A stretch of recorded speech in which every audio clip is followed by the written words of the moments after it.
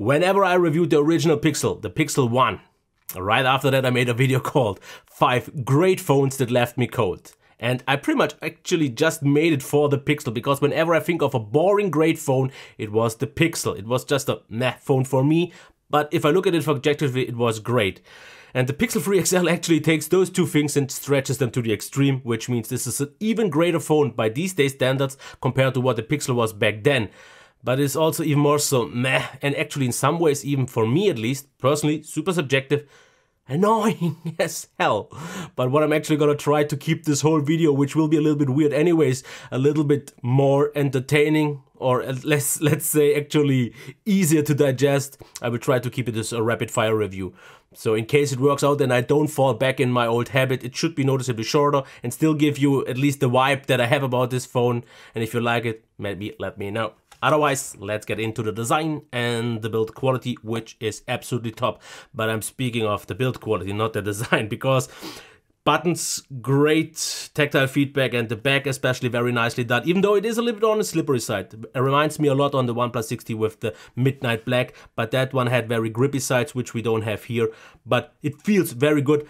But I can't say the same about the design. First of all, no curved back, which just makes this phone feel a little bit bigger, wider and thicker than it is. But it still is absolutely fine. But what is not absolutely fine at all are those buttons. And I'm talking about the placement. And yeah, I know a lot of people have always said, why do you complain about the button being higher? You maybe have short hands. So I totally get that. People with big hands, they have no problem reaching the button. But still the position is just wrong. And this is why.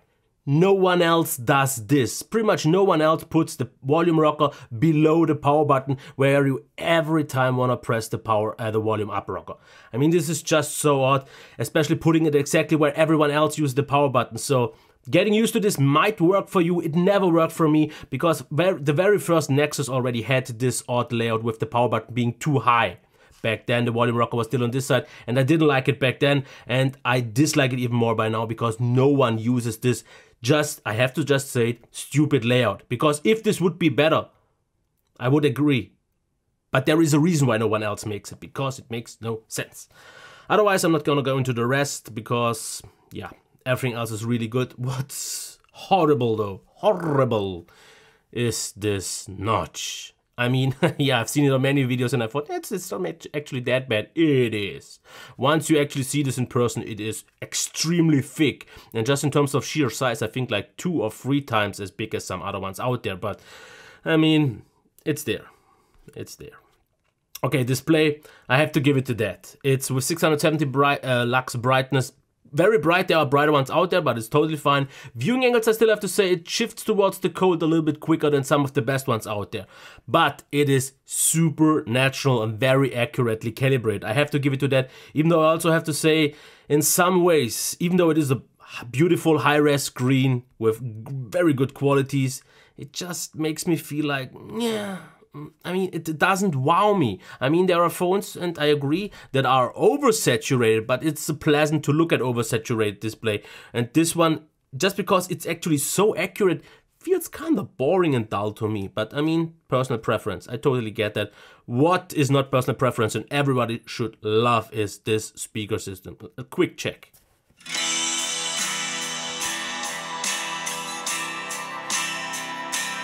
And as you have seen, it's not even near full maximum volume. And I have to just say, this speaker system is extremely loud, by far the loudest that I've heard. Maybe something like a Razr 2 could be louder, I don't know. And it still sounds very good. I mean, at the highest volumes, it could kinda seem like it distorts, but you won't really ever need those. And it's still way louder than anything else with a way better quality. So I'm absolutely monstrously impressed with those speakers. I mean, headphone jack, here it is. No, not in the phone. It's good, it's fine. Performance, I'm just gonna say this is as good as it gets. I mean, it's not really noticeably or anything better than the best Snapdragon 845 phones out there, but it is amongst those because it's super fluid, very consistent, absolutely pretty much no lag. It looks like there is a little bit more motion blur, which is something that I've always seen on those Nexus and Pixel devices, maybe in kind of compromise for the ultra smoothness, but it is still crazy fast, super smooth, and it doesn't get any better, so we don't need to talk much more about it. There's one small thing that I quickly wanted to mention: 4 GB of RAM. I mean, it's good enough for what it is, but for that price I would have expected a little bit more after all, because you can notice the difference between 4 and 6 GB. 6 is where I see the sweet spot. 8, above that, I would say above 6, you don't really see an advantage anymore, but 6 would have been nice. It doesn't need it, but for the price, it should have it. Now, battery, full charge takes 1 hour and 45. If I didn't maybe mix up the original charger with my iPad Pro charger. They looked very similar. Actually, they didn't, but I kind of didn't know which one was back, which one back. Yeah, doesn't matter. 1 hour and 45. I don't think it should be any quicker. This is still totally fine. Battery life, I mean, due to the higher res screen and not that big of a battery, you shouldn't expect too much, and this is what you will get still, though, is quite good actually, because 5.5 hours, I would say, mobile data as an average, about 8 hours on Wi-Fi, which is not amazing. There are phones like the OnePlus 60, like the Huawei phones, and some other ones that can do better.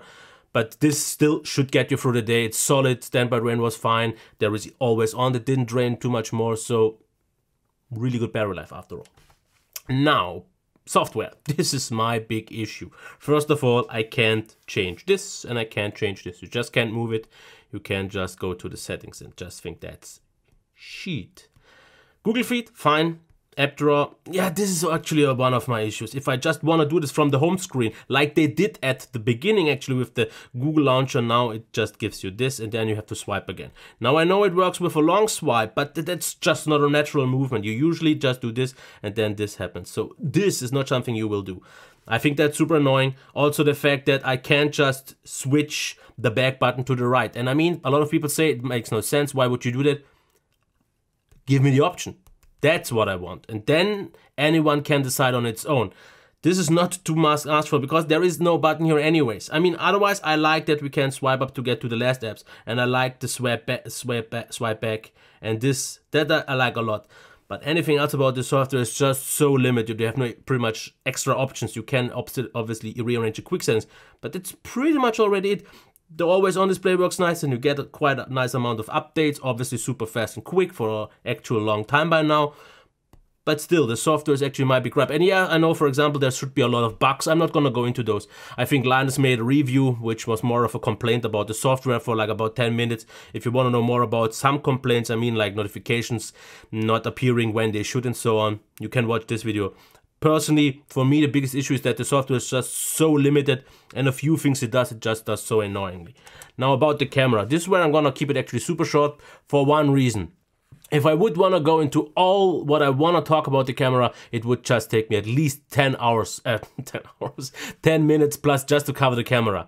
So that's why I don't want to annoy you. I want to keep it super short. Front-facing picture cam is absolutely top notch. It doesn't really get any better. It has autofocus, it is super sharp, it has the kind of portrait mode that works so well.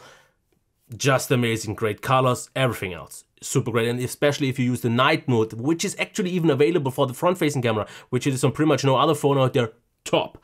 Now video, also with autofocus, is super nice. There is a little bit of wobbliness if you use EIS, but still very nice.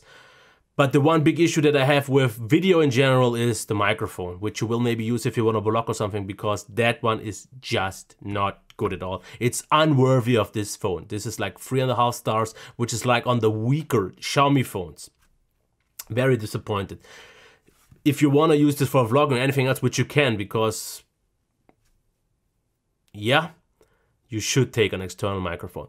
Now, low light qualities, I mean, I'm not as impressed as anyone else by the night mode, even though I have to say it does a really nice job in actually making the picture sharper and brightening it up, but it just doesn't always feel more natural, because I made actually some shots at night that looked like I did it at kind of daytime, which is just not correct. I want to keep the picture still correct. Not a complaint, just something that I say, but it is a very nice and quickly working feature. Kudos to that. So absolutely top night qualities. Main pictures, wow. I mean, I would have really wanted to kind of push the quality to the extreme and see the full potential of this with better weather. I didn't have that, but considering this actually pretty dull weather, what I got in terms of pictures was super nice. Yes, maybe sometimes a little bit over sharpened, but you don't have to put any effort into that and you get pretty much great pictures. I have to say maybe why I won't give it full 5 gold stars is because I had a little bit above average amount of blurry pics. I mean, that could have to do something because it just wasn't as bright and it just doesn't get the focus always right. But I mean, superb main shooter, absolutely. And video, actually, I have to say, the main video is better than I expected because, okay, we don't have 1080p 60, we don't have 4K 60, things that we should actually get with an update, but I don't see them yet. But 4K 30 with this actually very nicely done and very natural EIS is actually nice. Quality was good, autofocus was fine, it looked good, pretty pleased. So let's actually get already to the conclusion. What is this phone? Well, okay, here's what it is. It is overpriced.